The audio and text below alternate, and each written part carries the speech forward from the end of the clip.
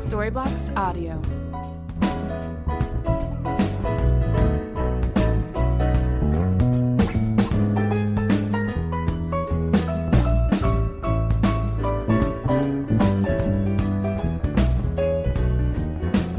Storyblocks Audio.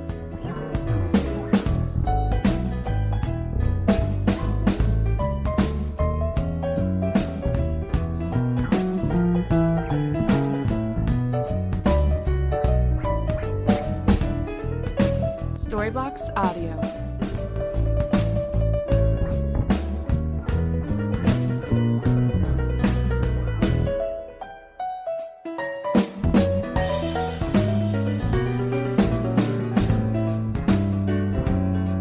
Storyblocks Audio.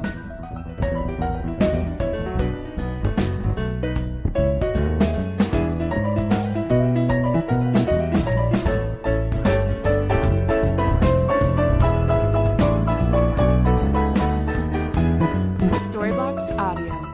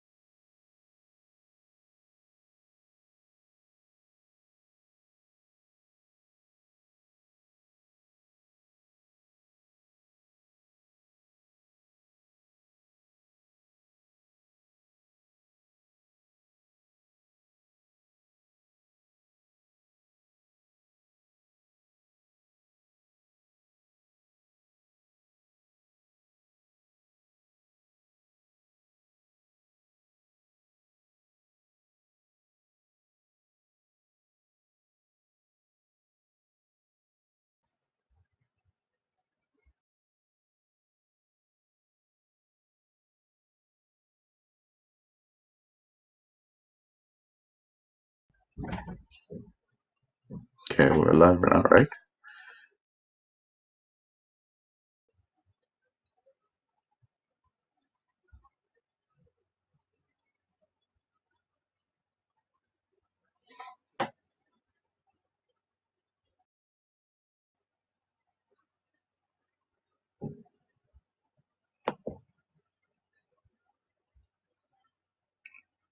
I guess maybe I think you're on mute.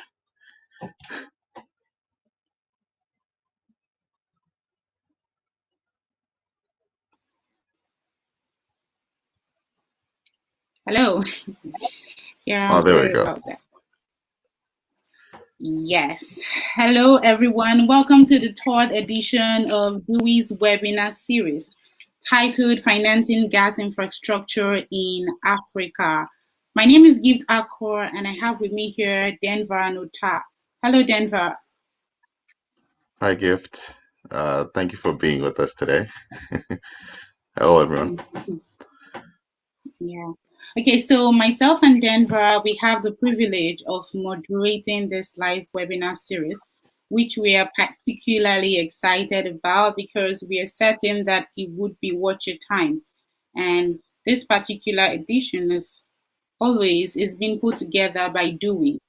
And Dewey is an award-winning LP gas company and a leading supplier and distributor of liquefied petroleum gas in Nigeria, allowing customers to use LPG gas to power their homes and businesses. So, our company is an expert in LPG procurement, commissioning, bulk gas storage, cylinder filling and storage, LPG transport and delivery, installation and maintenance. Basically, everything, every single thing around LPG.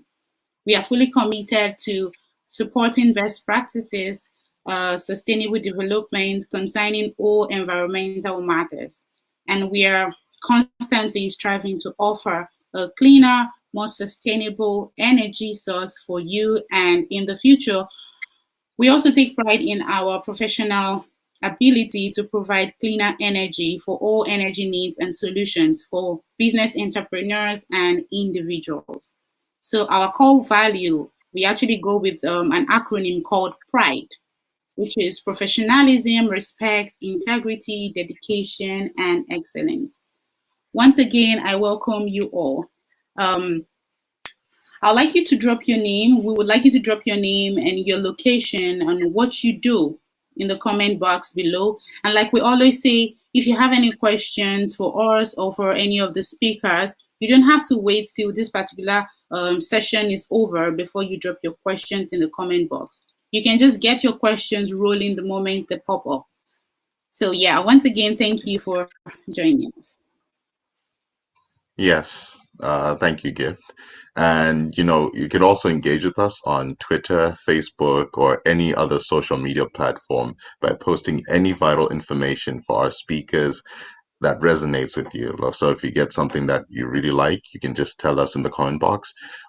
So you can type it out, quote them, and use the hashtag Dewey Webinar Series. So that's hashtag Dewey Webinar Series. Now, we have two incredible people with us today. Our guest speakers are Miss Olawumi Olatunji of Brockville Investments and Mr. Jose Lewis from Repsol.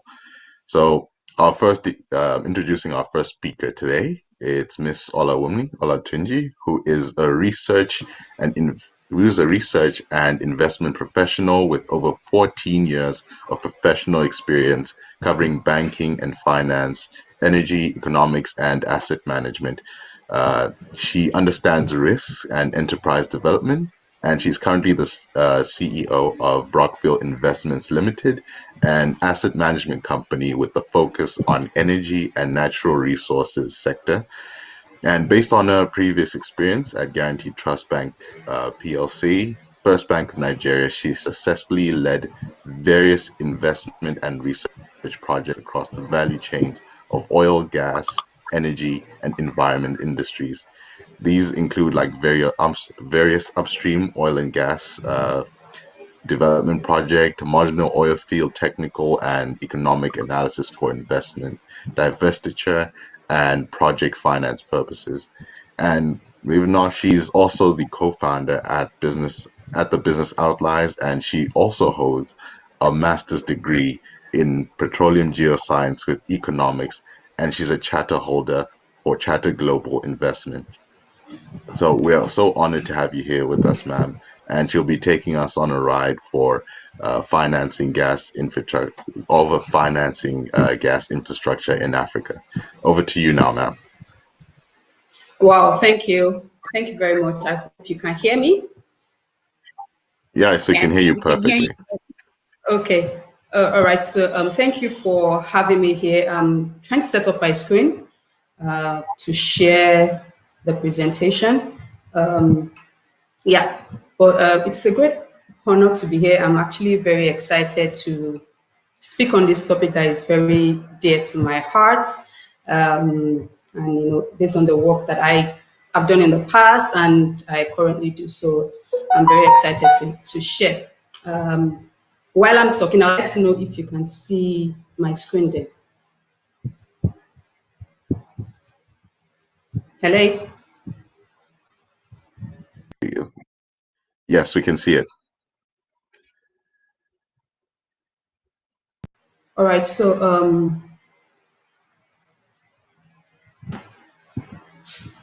okay.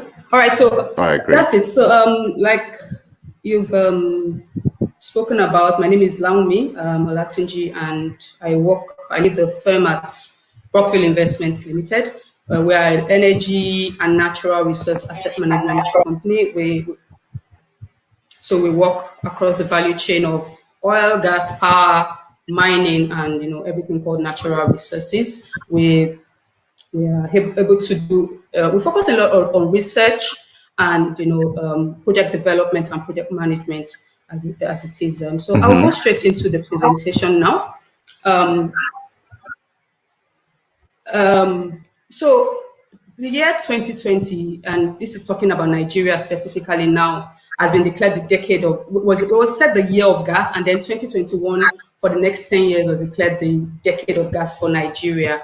And we've seen that there's an accelerated pace in gas development generally, and you begin to see changes and seemingly interesting investment opportunities, not just in Nigeria now, but across the African continent. And this webinar and my own section will focus on highlighting the considerations utilizing financing gas projects. So that's how I'll just run the presentation. I would follow this outline, starting with an introduction. I'll just talk briefly about the industry, despite the fact that I know that most of the listeners will probably be experts and they understand a bit of the industry, but I just want to just touch on that a bit.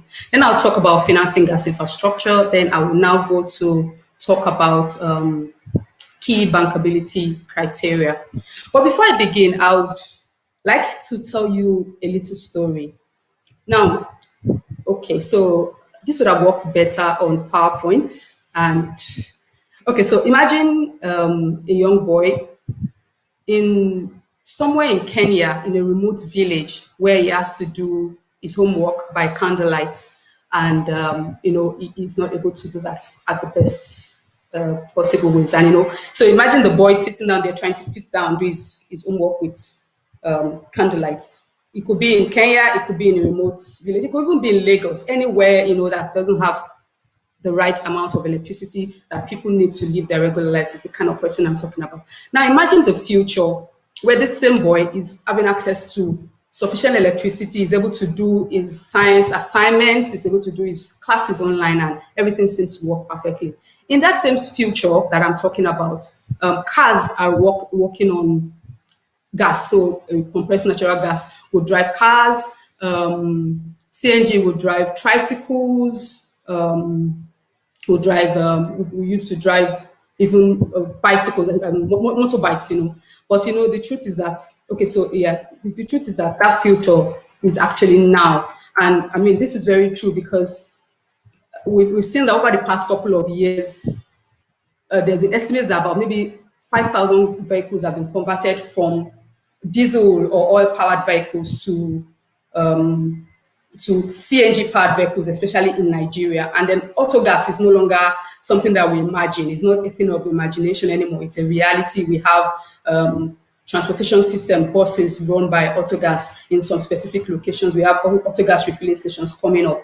Yeah, and then also we know the energy transition talk, where renewable energy, especially solar PV, is beginning to gain relevance as a source of power, and such that if gas doesn't take its place, the alternative energy will come to take over and become more relevant. Now I'm going to drive in now just to now take this into perspective to talk a bit about the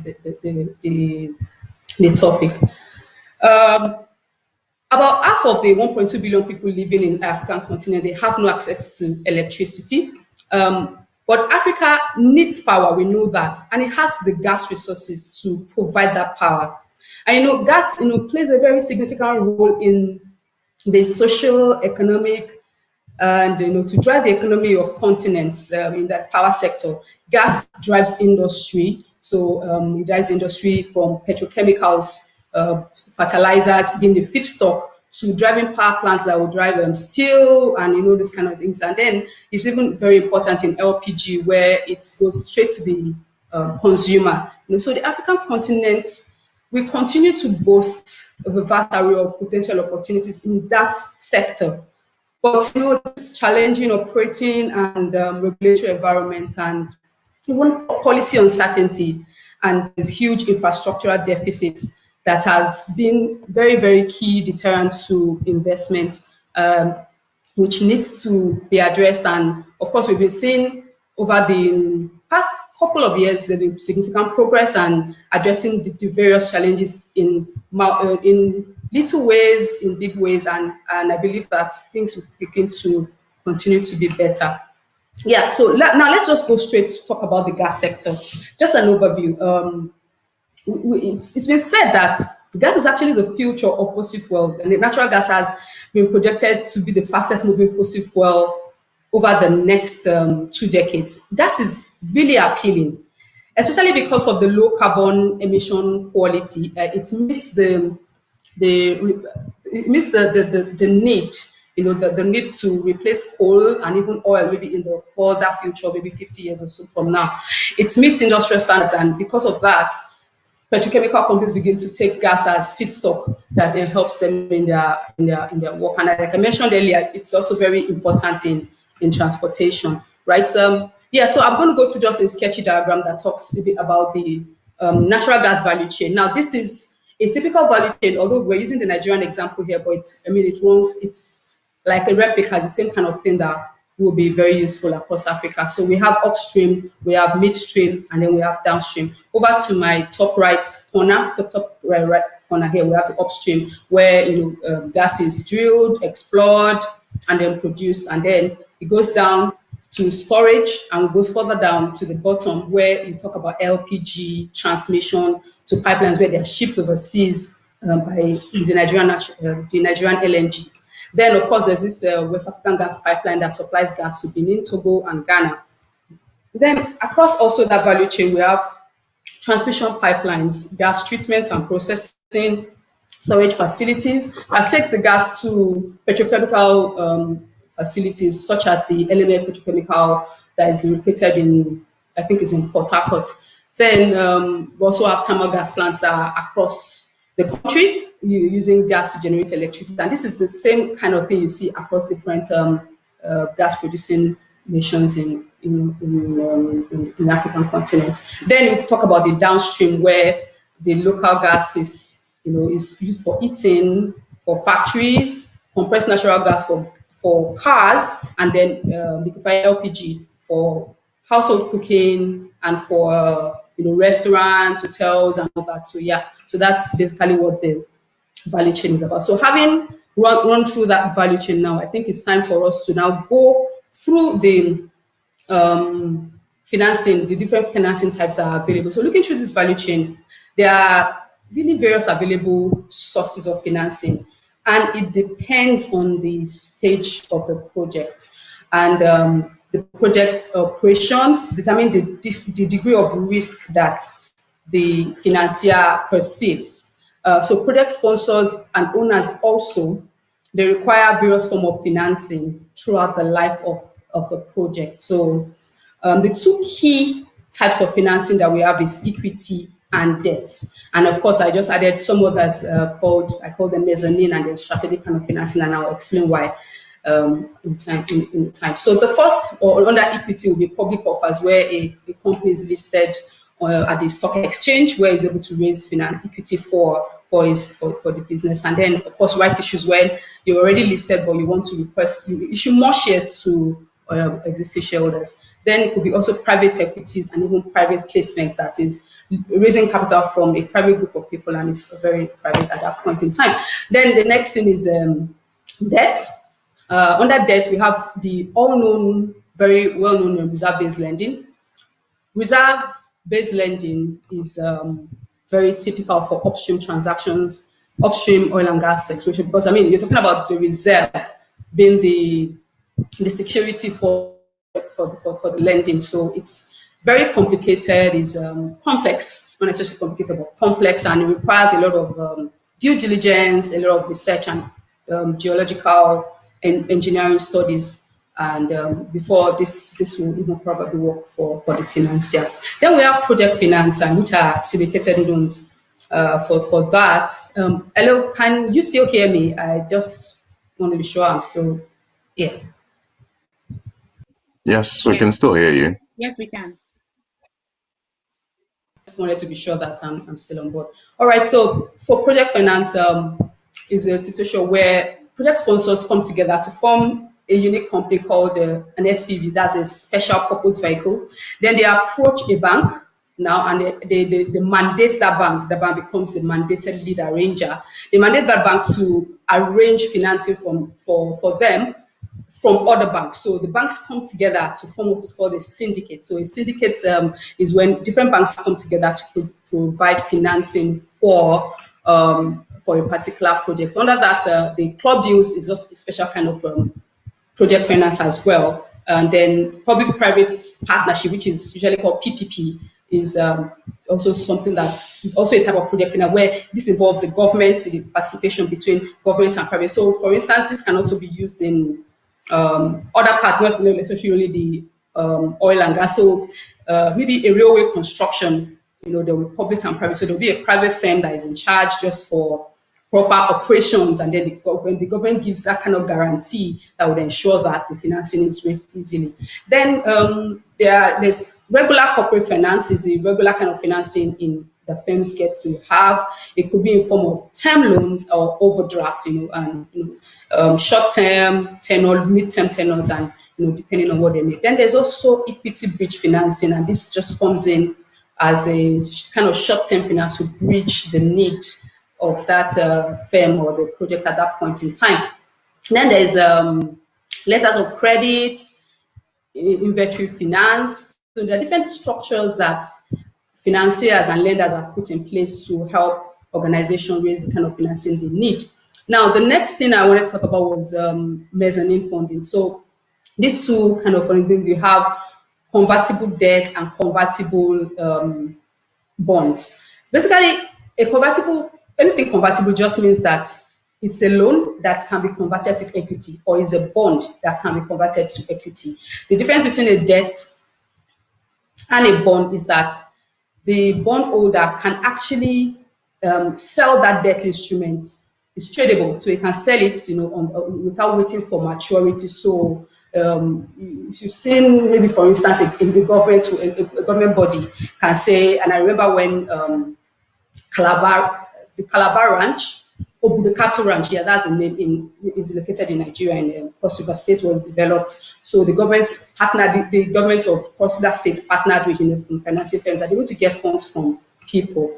So that's a typical bond. But a convertible bond is where you can actually trade it before it's fully matures. Yeah. So the next thing is farm outs, which I categorize under strategic, and it's strategic because you just identified. A firm can identify a particular field or a portion of the field and say they need to farm out a certain part of the field. So they farm that out to another firm that becomes the operator, and with that, they're able to raise financing for other operations. So, for instance, there's Stop Creek marginal field was farmed out by Universal Energy to Seven Energy, I think around 2013. And there are several other examples like that. Then there's a carrier arrangement. So in a carrier arrangement is when the upstream IOC, I think it can also be called a modified carrier arrangement. So the upstream IOC would advance like a loan to finance the petroleum operations, right? And they advance a loan to all the parties that are in that particular venture.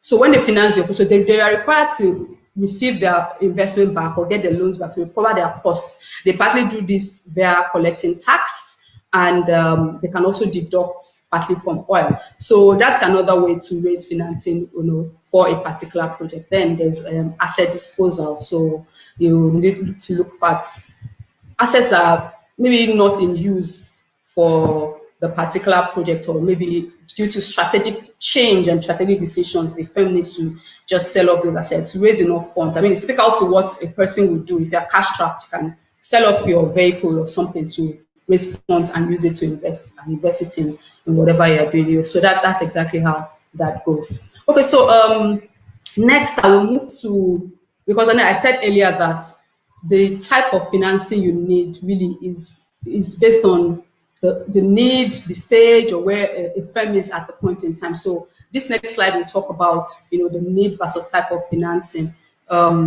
So the first line talks about private equity development institution. So basically, upstream infrastructure, maybe for instance, processing facilities, evacuation, everything that has to do with evacuation, processing pipelines, power plants. For this, the need would be you have to go to private equity or very big. So for development banks or commercial banks as well come in at some instance to finance some portion of maybe a particular transaction. Then from the company's cash flow, it can be used to finance salaries, business operations.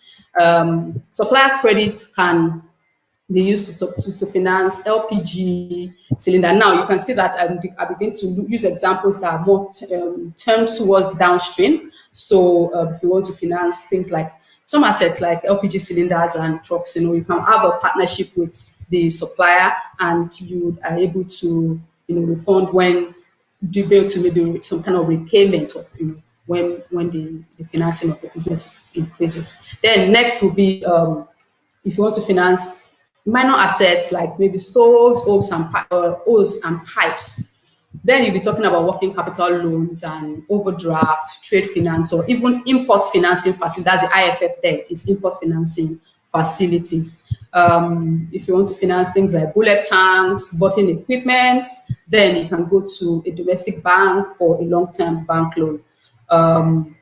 If you want to finance cylinders, trucks, and stoves as well, you can go to development banks. Then generally, all capital requirements, you can go to export credit agency like the Afrexim Bank or the Nexim Bank or any other export credit agency that is in the region or focus. But the key here to know is that this is not like a cast in stone rule. It's each of this financing has to be decided. We look at different, apart from maybe for the cash flow, salaries and operation, and then the supplier's credit. The other ones you can, depending on the need and what's available at that time, I'm sure that if the lenders can work out what is most appropriate for the situation. Okay, so next, I'll talk about financing sources. And here I try to give example of transactions and I even give some firm names that have financed them through transactions in the past. So for instance, I had mentioned that you can visit private equity firms. So private equity firm, an example is African Capital Alliance that financed First Carbon in about 2013. But of course, they've exited the transaction right now.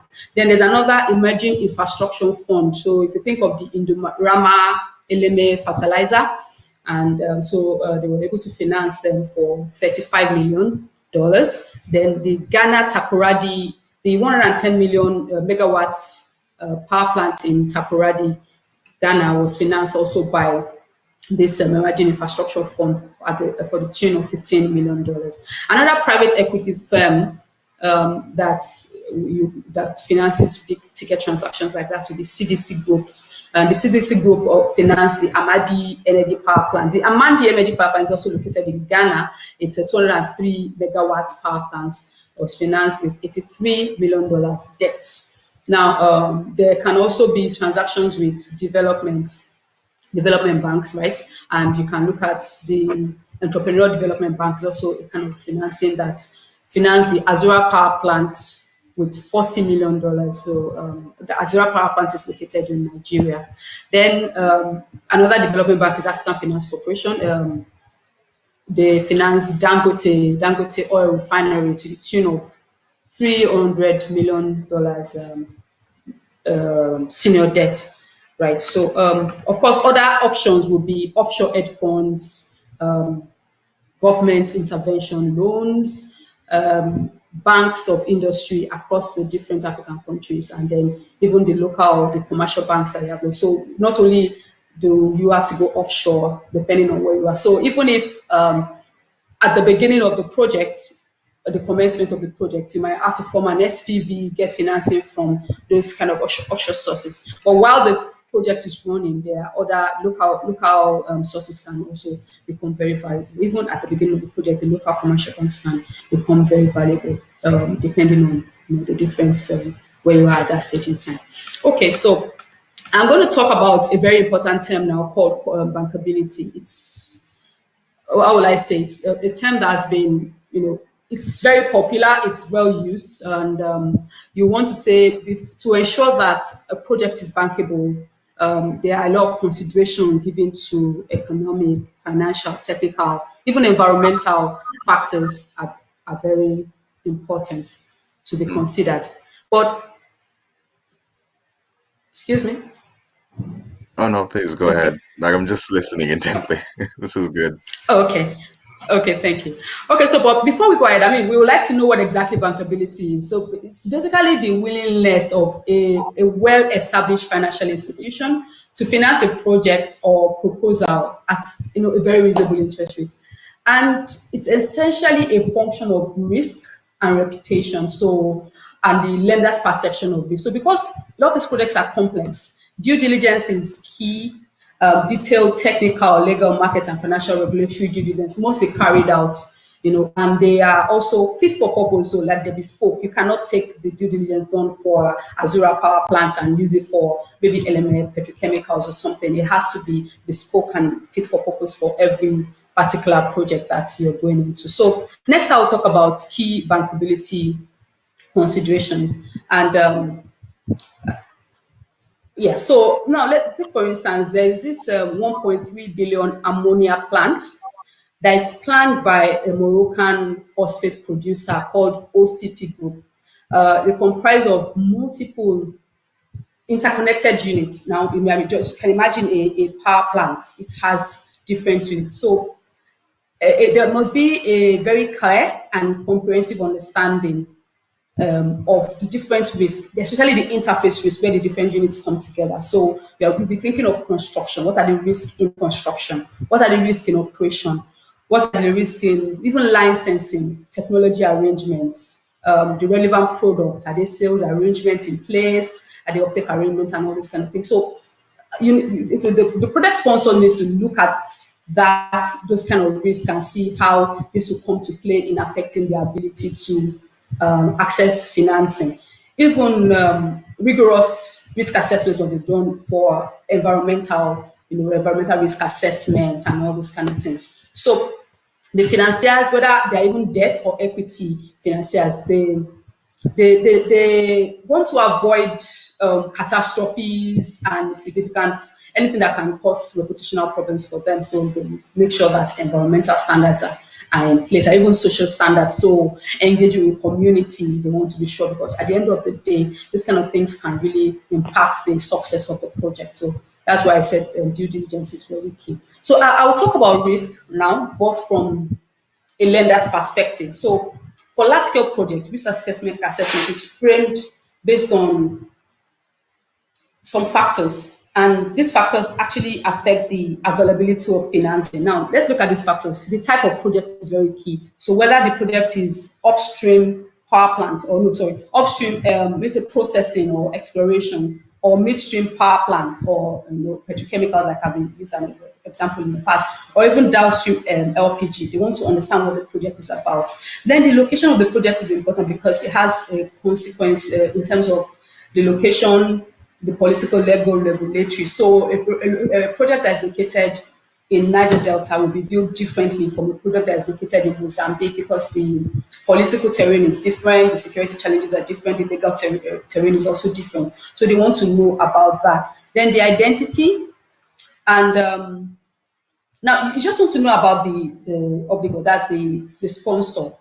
Who are they? How creditworthy are they? Do they even have existing liabilities? Because you are careful about the kind of financing mix that they carry so that they will not be overly leveraged. They don't have too much loans, so you want to know existing liabilities and how well they are funding. They're working on these liabilities that they're able to pay. So when I say existing liabilities, that's existing loans they have to other firms, other banks, or other lenders. Then they want to know about the contractual rights and obligations, basically everything about the product. Now, they also want to understand, lenders want to understand the stakeholders and participants. So usually in a project finance setting, they want to, there are so many participants there. You have the sponsors, you have the off-takers, you have feedstock suppliers, you have regulators, contractors, operators. Now, let's look for, as an example, Nigeria just issued so there was this 2020 marginal field round, and there's been a lot of progress on it. So let's take, for instance, there's going to be a financing for maybe something to enhance the field development plan for the particular for a particular field, and you want to think of something like maybe a hub or a gas processing hub. So the lender will want to know who exactly are the sponsors and how much technical competence do they have, who are the off-takers. So if you process this gas, for instance, who do you send it to? So do you send it through pipelines? Are the pipelines present? Or do you convert it to gas to liquid? So do you convert the gas to liquid and move them in cryogenic trucks? Are there even enough the roads, are they even accessible enough for all those kind of things? Or after you do the processing, are you able to put it directly into the pipeline of another existing pipeline of another field, maybe of the original farmer or the original owner of the field, and based on that, you need to just think about all the different things. So bankers want to understand, lenders want to understand clearly how that will work. Then another thing the lenders would like to see is availability of, not just availability now, but availability and coverage of the insurance. So how much the insurance covers, what does it do, what does it not do, and what are the liabilities of the insurance company. Then sometimes they look at their own firm and even the requirements of the lending firm itself. So for example, they have some certain capital reserve allocation that they cannot allocate more than a certain amount for a certain project, so they look within. Then even their own risk appetite, that also affects if they are able to finance a particular project. So the financial industry has actually established means of addressing this risk, right?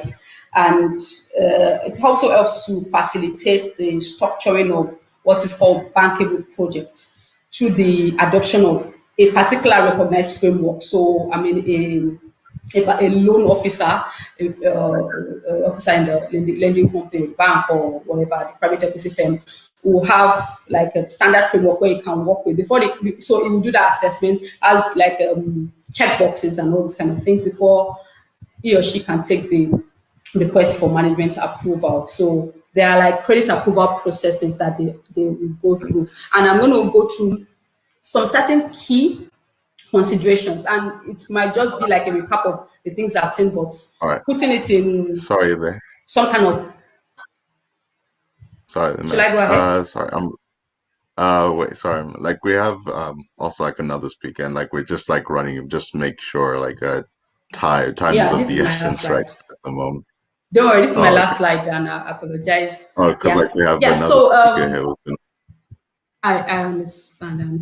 So like I was talking about perception of risk and bankability, and so cash flow certainty is very important, and every lender wants to know that there's enough cash flow. So all the players that are advised to consider that supply risk to be sure that your funds are able to come, even the credit strength of the off takers. For instance, power generating companies are often off takers for gas, so you want to be sure that the power generating company is able to even recover its own funds, right, from electricity sales and all that. Then technical and commercial capabilities, I talked about that already. Then there's legal framework. One key thing here is to be sure that the contracts are enforceable. You want to be sure that the contracts are enforceable. Then talking about political risk, there's that political risk that in the perspective of usually the tenure for government is often 4 years, but project finance is longer. So there's the risk of when they change power, does that affect the project in any way? And then the final one would just be about the project location, which I've talked about. So I am, like I said, this is my license. So in closing, we can say that gas business across the value chain is very capital intensive, depending exactly on where you are. But it's key to understand and mitigate the risk to be able to find the right kind of financing. And but all the infrastructure challenges that exist in the country and even across the African markets should, once they are able to be addressed, it will help to enhance and even raise investors' confidence and improve the bankability of the project. So that's about all for me. I'll be able to take questions and from the audience. So thank you so much. Yeah, thank you so much, Ms. Naomi, for that. For the simplicity in delivering this, and your presentation was so detailed. Thank you so much for that. And just a quick one, just in case you joined us quite late, we said you could just drop your questions in the comment box. Our second speaker is going to come up shortly, and as soon as he is done, we will take questions, and that's where our speakers will be ready to answer your questions, and it's going to be very engaging. Yeah, so thank you. All right, thank you for that. Like that was a very good presentation. Like it's very like you can see like you have so much passion for it, and that's why I love it. It was so educational. I really enjoyed it. Thank you. All right. Okay, so like up next, we have the honor of introducing Mr. Jose Luis Garcia, an expert who has got more than 20 years experience working for the Spanish oil major Repsol's LPG division. Thank you for joining us. Thank you for joining us today. We're very honored.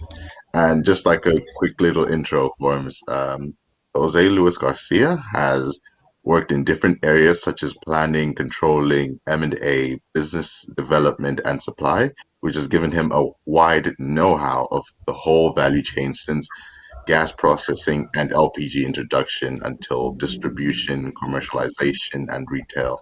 And regarding geographical areas, his experience as management team covers Western Europe, Latin America, and here in Africa and Morocco. And on top of that, he's been involved in M&A opportunities in Southeast Asia and Africa.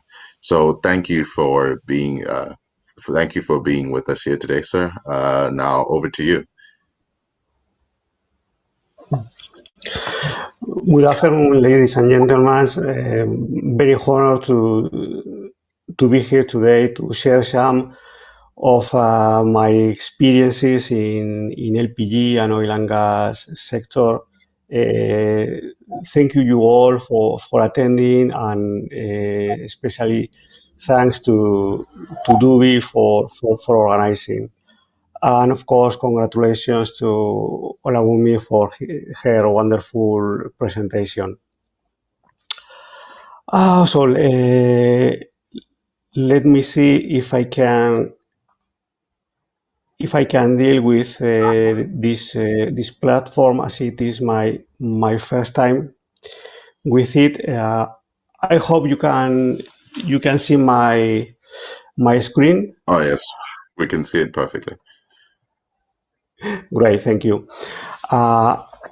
Today I'm talking to you of three topics. First one, the topic of the day, financing gas infrastructure in Africa, of course.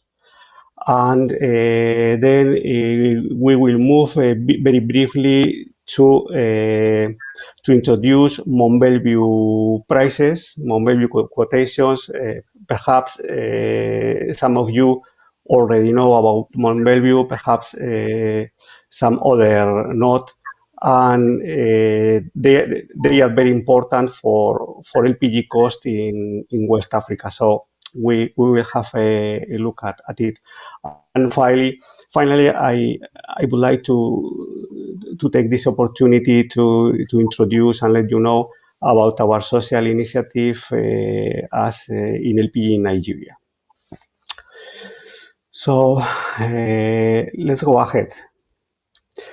Regarding financing gas infrastructure in Africa, first message I would like to tell you is that never before in history there has been such a huge amount of money in the world's financial system, especially in developed countries' financial system. The central bank's balance sheets have multiplied by 6 since financial crisis. They add up about $4 trillion before financial crisis, as we can see on the picture. Then it climbed up to $16 trillion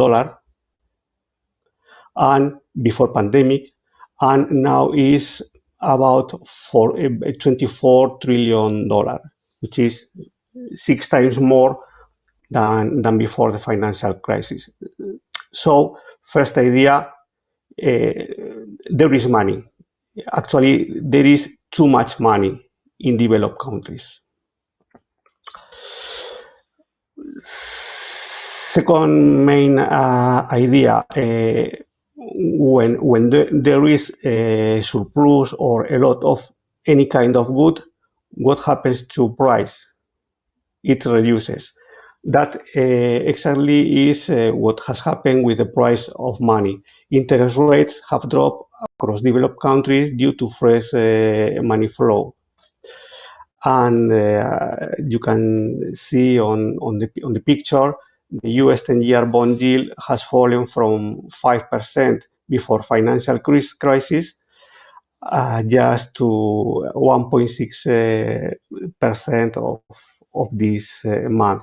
So we have a lot of money and we have cheap money, at least on developed markets.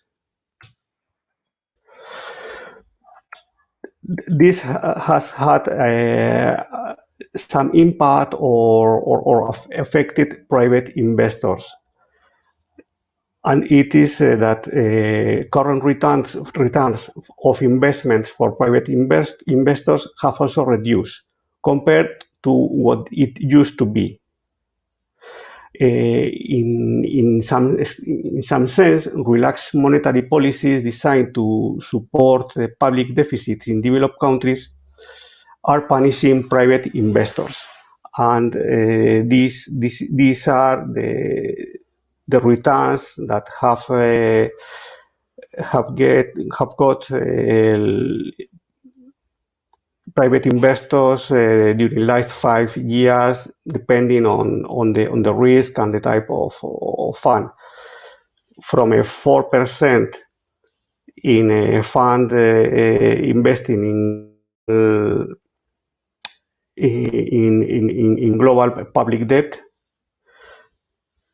to a 6.7 if this public debt is or comes from emerging markets, and up to 2% if we are talking of stocks in emerging markets.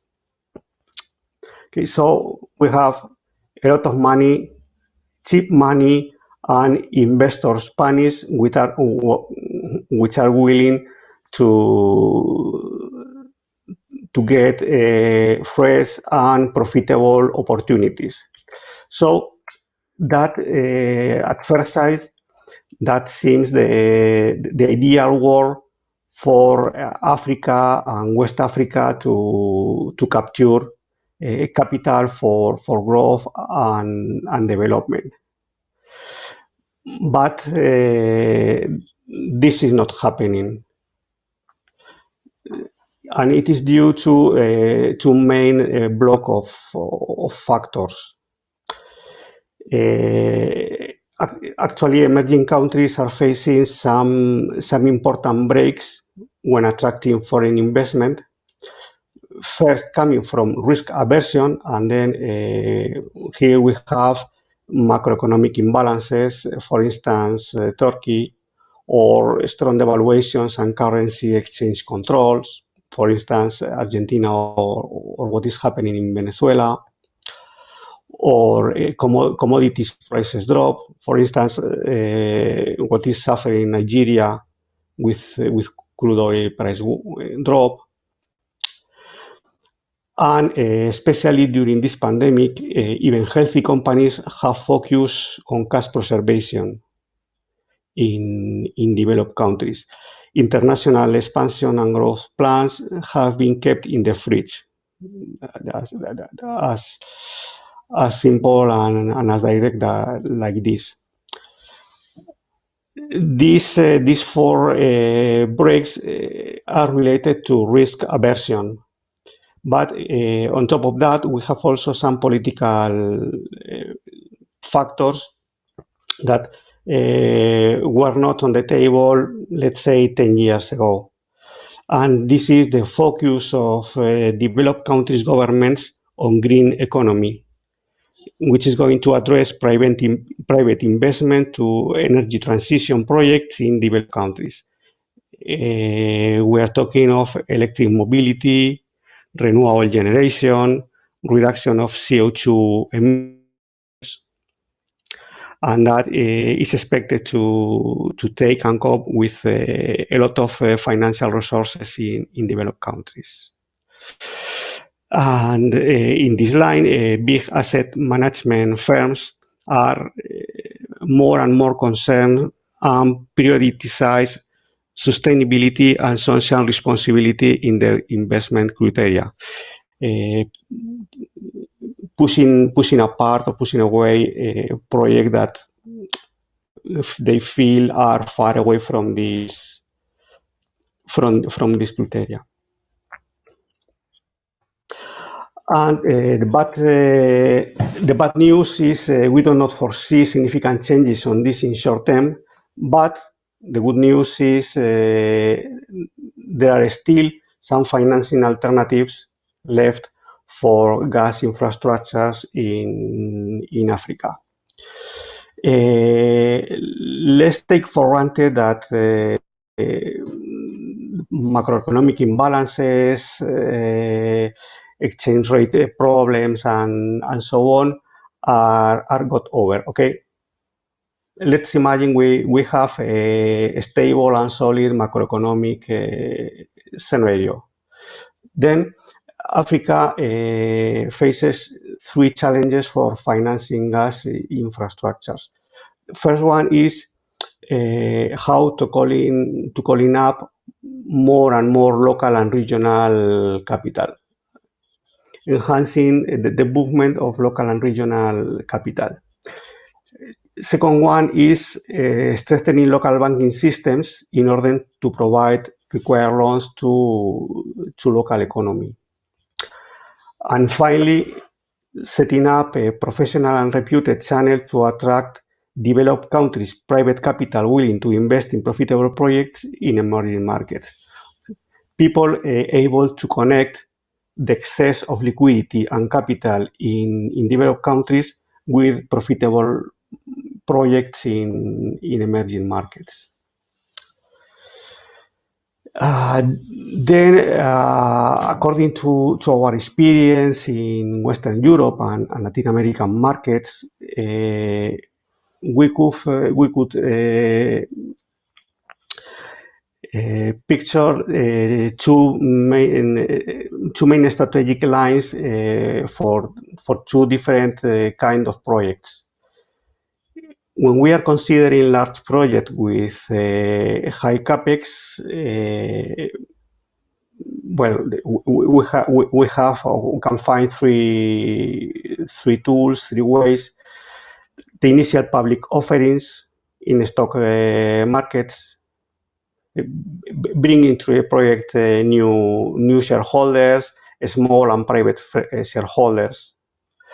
This in order to leverage medium class savings and make them part of the country development. In other words, that is part of the American dream. Second initiative would be incentives. We are talking of government official incentives to local banks to funnel foreign and local loans. Sometimes banks have not the required support or the required incentives from government for legislation to give more loans to industry and customers. And finally, the establishment of strategic alliances between local specialized private equity teams with their equivalents in developed countries in order to develop this new channel to attract developed countries' private funding in form of stakes or in forms of structured financings to African companies and projects. And if we go to the last link of the value chain, the retail link, then what we need is incentives to local banks for giving loans to users for first access to gas, let's say stoves, cylinders. This is the world of microcredits. Okay, or if not directly to end consumers, then incentives to banks for giving revolving loans to gas retail companies in order them to finance their clients. So it is or a direct way from banks to consumers, or an indirect way from banks to consumer going through the retail companies.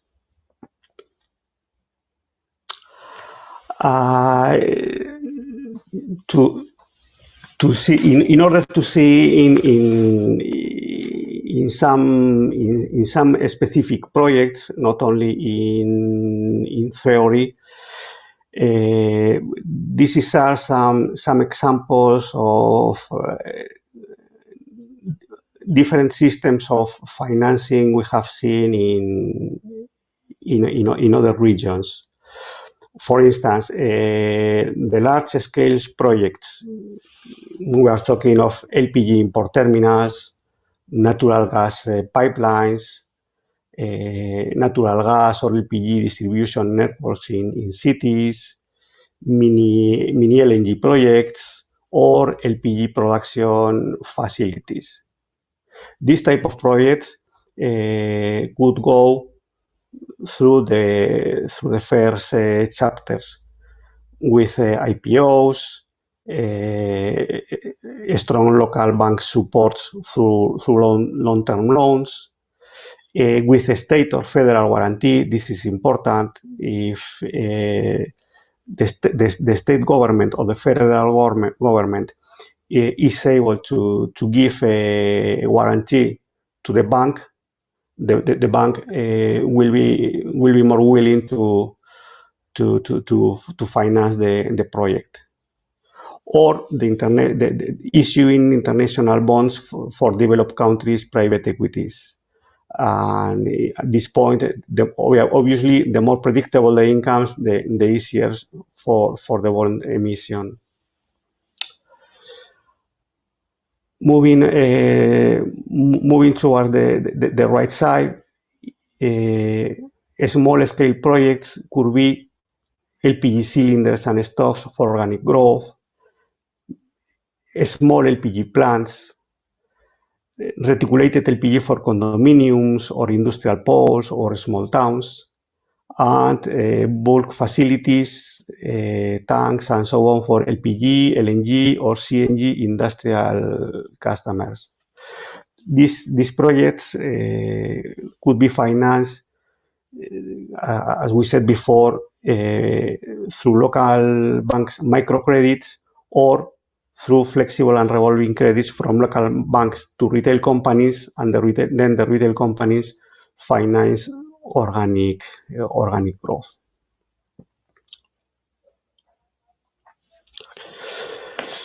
Okay, then as I introduced some minutes ago, I would like to give you some guidelines on Mont Belvieu LPG prices. Mont Belvieu is LPG hub located in Houston, in Texas, with about 22 million tons storage capacity in a salt dump. It is the largest LPG hub and storage in the world by far. And that has made that Mont Belvieu means for LPG prices what WTI means for crude oil prices. When you think in WTI for crude oil, then it is the same with Mont Belvieu for LPG. Mont Belvieu prices are broadly used when buying or selling LPG across the Americas. All the Americas follow Mont Belvieu, and not only Americas. Any U.S. export from U.S. Gulf, no matter the region of destination, follows Mont Belvieu. So why are Mont Belvieu prices so important for Nigeria and West Africa? This is an historical and tradition topic. When the USA was net importer before the shale gas boom, US Gulf was a regular destination for West Africa surplus, and exports netback was calculated as Mont Belvieu minus maritime freight, which is quite logical. And when the USA turned into net exporter and West Africa started importing more and more LPG from US Gulf, then the CIF import cost was also based in Mont Belvieu plus shipping costs. On top of that, Nigeria LNG LPG supplies to the Nigerian domestic market also follows Mont Belvieu, is a formula linked to Mont Belvieu.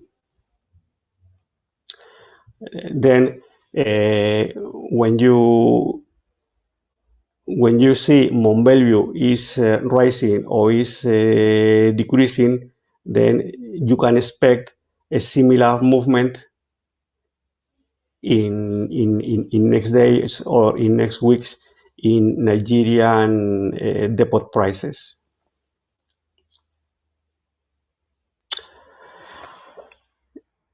In this picture, you can see the evolution of Mont Belvieu prices during pandemic, 2020 and 2021 years. Butane and propane, they drop in March with the arrival of the pandemic to Europe and USA. And since that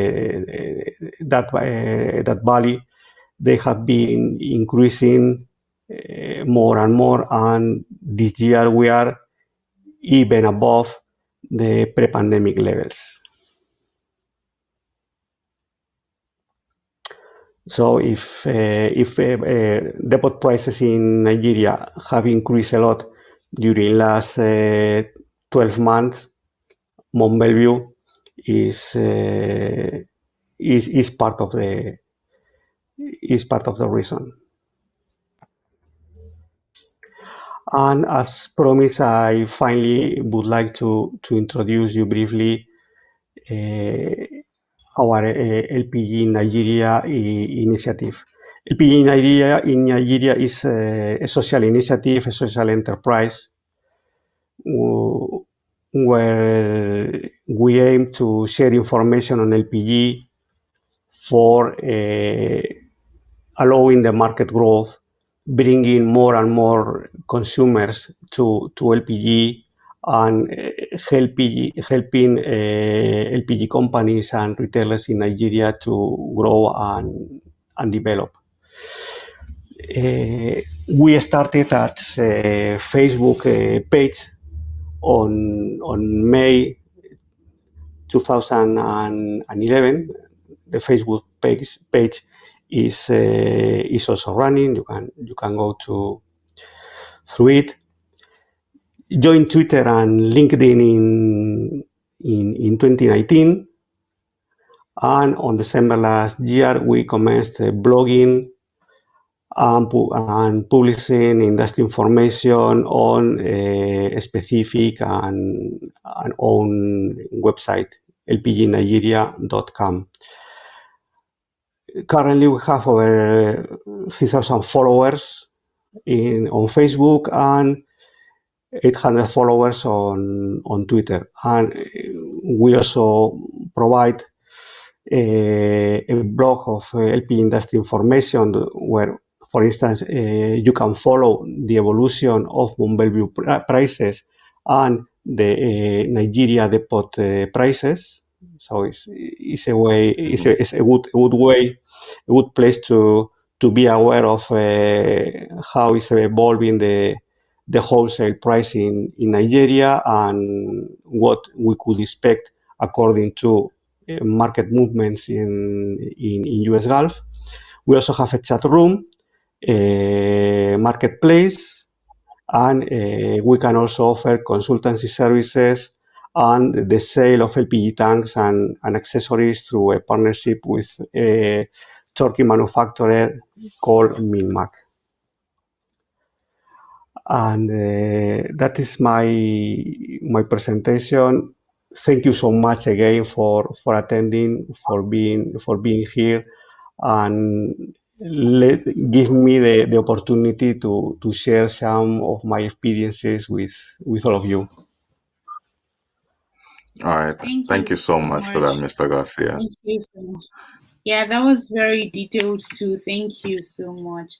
So, sir, for you, we have one question for you right now from the audience. I think one Ife asked, like, typically, what framework supports or drives the financing for gas projects? This is in respect to dry and wet gas. Or like what kind of framework supports or drive the financing for gas projects in respect to wet or dry gas?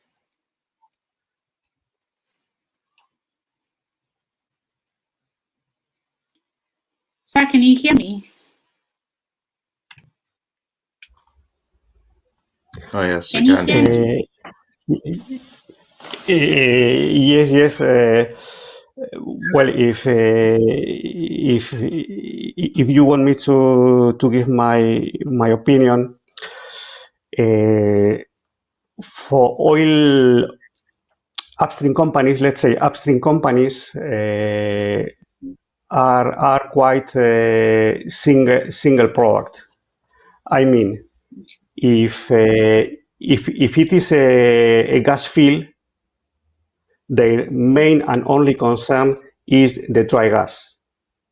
And liquids, let's say natural gasoline or LPG, is a problem for them. They know less about marketing and logistics. They need different kind of takers, and then for them is more difficult to deal with LPG and natural gasoline than with dry gas. So if a third party is able to provide part of the solution for LPG and natural gasoline, I think it would help for the whole financing of the project, because it is more incomes, more money from the same flow of gas. Okay. All right. Okay. Thank you very much for that. Okay, Miss Lavumi. Okay, so we have just one question for you. So when you talked about different type of different ways where we could actually finance gas in Nigeria, which of these strategies do you think works best in Africa? Well, thanks for the question. So like I said, it depends on where you are in the value chain, right? So whether you are upstream, midstream, or downstream. A lot of the examples I gave, they're skewed towards upstream, right? So we're talking about private equity, offshore capital, and all that. But then there was a slide I also showed that talked about the need. So are we talking about the beginning stage of the project? So project financing at the very beginning, so you need to focus on that. So if you're talking about it's a company, it's in existence, it has salaries to pay and all that. So we'll be thinking of cash flow from the company operation. So it depends on where you are in the value chain, whether it's upstream, midstream, or downstream, and then what stage of business that will determine what exactly that you will have available to you, or you'll be needing really. So it's really the business need. Okay. Thank you very much for that. And then, All okay, right. just one more question added to what you said. For the beginner stage, I know you've kind of answered this question when you were just giving us the presentation. But for the beginner stage, which would you say is actually the most challenging for a beginner? Let's say someone who is just like a complete novice, the person is just a beginner, the person is trying to get into the business and trying to get finance. Which aspect do you think would be the most challenging and what you would advise not to? I'm not quite sure I get it. What do you mean? Which aspect? Is it which aspect of the business, or I'm not clear? No. The strategies. When you're talking about the different strategies, we had the equity, debt, and then which of them? Okay. Yes, which of them do you think would be the most challenging for a complete novice, like a beginner? Okay, so thanks for the question again. Really, the most projects, there has to be equity contribution, equity participation, equity investors, whatever the stage of business or whatever the value chain. So whether we're going upstream or LPG, usually you start with your own equity, or a group of investors come together and they become sponsors of that project. So equity has to always come in first before you talk about debt. Okay, well, thank you very much. Yeah. We also have like another question here that says, like this can be for both of you. It says that can the same strategies implanted in European countries be successfully implanted in Africa as well? Could they both apply the same regard?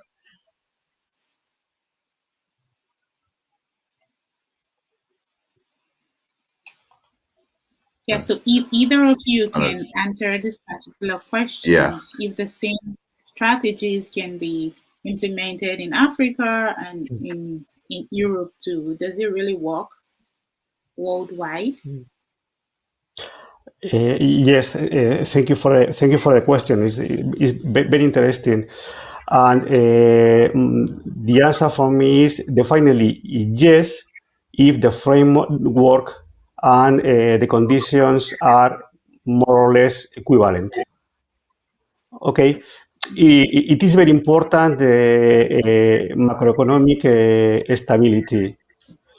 If you have a country with no macroeconomic imbalances, where the exchange rate is more or less stable and unpredictable, and there are no severe barriers for capitals and dividends flow, the money will arrive for sure. It has happened before in Latin America and Southeast Asia. Okay. Okay. All right. Thank you for Okay, that. so thanks for your perspective, and I would want to agree with you that. So I wouldn't say yes, and then also it depends. So there are certain strategies or certain financing options that cut across wherever you are. Like this was I've mentioned, but there might be some options, opportunities that may be available that we don't have. So, for instance, pension fund administrator, they could serve as long-term financing, but the structure here is not well. I'm talking Nigeria now. I'm not talking World Africa, and may not be well in place yet for projects to access those kind of PFAs for funding. But I mean, it's a very good long-term financing, especially because of the nature of gas. It's capital intensive. It needs patient capital, so capital that you can have access to, but the lender is not in a hurry to want you to get back. So it's called patient capital. So some options may not be available, but yes, generally a lot of the options cut across, whether you're in Europe or you're in Americas or Asia Pacific. I would agree. Okay, yeah. Thank you very much for that. Okay. For you, Ms. Alawumi, just one question, which is as different. You didn't mention this in your presentation. This question is quite personal. Yeah, so you are young, you're very young, and you are a woman, an African woman, and you've been in this industry for the last couple of years, which can actually be challenging. It's unusual for an African woman to be in this field for a couple of years. What would you say to, because we have some of our audiences are actually young women right now. What would be your personal, will I say, advice to some young women who are just trying to get started, who are very much interested in LPG and they're trying to get started in the industry? What would you say to this women? Wow, thank you. Thanks for considering me young. Okay, so my industry has spanned two main industries, from finance, well, probably my experience rather, from finance to to gas and oil and all that. So I would say for any person wanting to start, whether in a professional career, getting a job and building a career, or maybe you've worked for a couple of years and you want to branch into entrepreneurship and all that. There's something I always call like having a clear vision of what you want to do. So, I mean, I listened to a talk by Audrey Ezigbo. She's the president of the Nigerian Gas Association, and she did a short talk on some like 5 things I would have told to my younger self, that kind of thing. And I started thinking, wow, there's some things I would have told to my younger self, and basically this is one of it. It's very good to have a clear path to know what you want to do, because just whether in career or in business, if you're not very clear of your vision and where you're going, you find out you'll be in the Me Too, what they call the Me Too syndrome, where you want to try everything, you want to try different things. And if you're not very clear that, okay, I'm doing gas and I'm into LPG and I can provide services across all the value chain of LPG, then that's very specific. So you have to be what you call laser focused on what you're doing. That way you can make mileage quickly, you can go faster. And if it's in your career, here we understand that in career sometimes there is this burning passion to cross from maybe some sales, business development to technical, or from technical and all that. But you might not know everything, but as you realize and you come to the full realization of what you do, you need to stay focused so that you can grow and be better at what you're doing. So basically that would be it. Wow. Thank you very much, sir, ma'am. I mean, Mm. and for you, Mr. Lewis, just one personal question before, just one last question, Mr. Lewis. So, we're just interested in knowing what's been your highest challenge in the industry, especially in Africa, because your business also cuts across Africa too. What's been the most challenging thing for you in Africa so far? Oof. I would say financing, Financing. financing and regulatory framework. Oh, So, sometimes it is because of excess of regulation, and sometimes it is because the absence of proper regulation. okay. But Mm. the rest, okay, everything in a business is a challenge. But the rest, I think, people has or can achieve easily capabilities, logistics with less or more difficulties, but can be developed, and the market, sorry, will grow. Uh, let's remember that it's not far away that Western Europe was in the situation Africa is now. It is Yeah. only 50, 60 years ago, which in terms of history is nothing. Mm-hmm. Sure. All right. Sure. I just wanted to ask one last question from me. Um, so for Mr. Garcia, I just wanted to know, like, what are some examples of like as you're saying, like the macroeconomic imbalances that like impact the financing of a country? Like, what would you say like are some of the examples of these imbalances? Mainly public deficit and the impact that it usually have in exchange rate. Oh, okay. So like, would that Yes, let's think that LPG or natural gas or in general oil and gas products are quoted at price in US dollars. So okay? if your currency has no value, like it is the case of Zimbabwe or Venezuela, then you just can't buy it. Yeah. You need stability on exchange rate, and for a stable exchange rate, you need a stable macroeconomy. All right. Okay. All right. Yeah. Thank you so much Thank for that you. answer. Yeah, thank you too. And Ms. Olawumi, thank you so much. Thank you both so much for actually joining us today, for the simplicity in delivering this particular presentation. And it was actually fully packed, highly informative, and quite intense. And for that, we Yes. say thank you.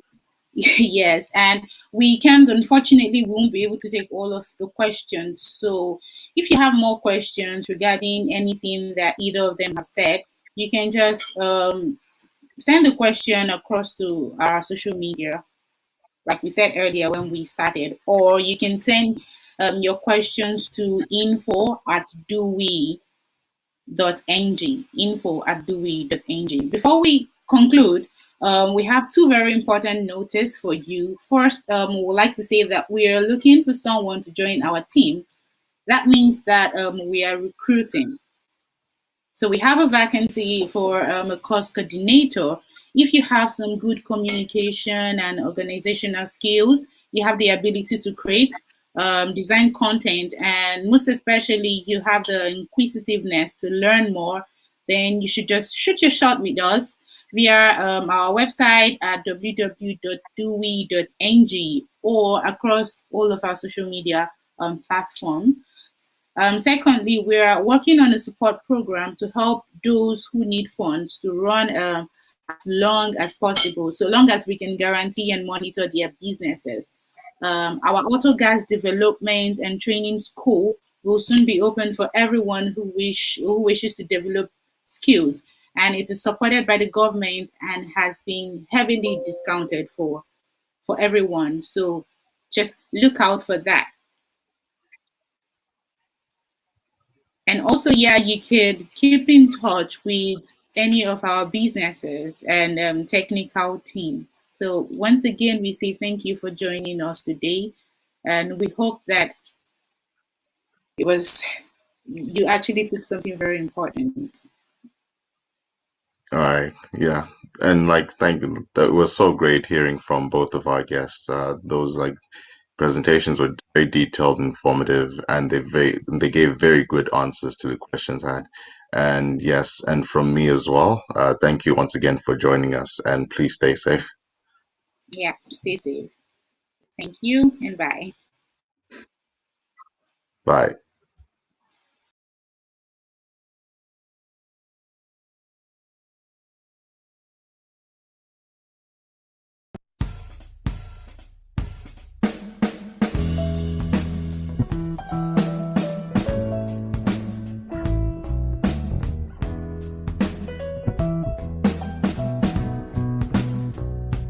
Storyblocks Audio.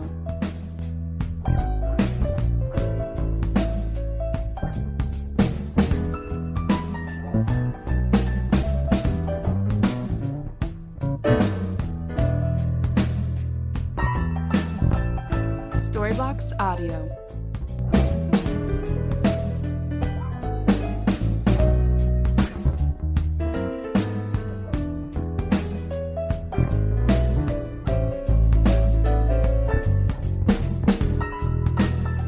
Storyblocks Audio.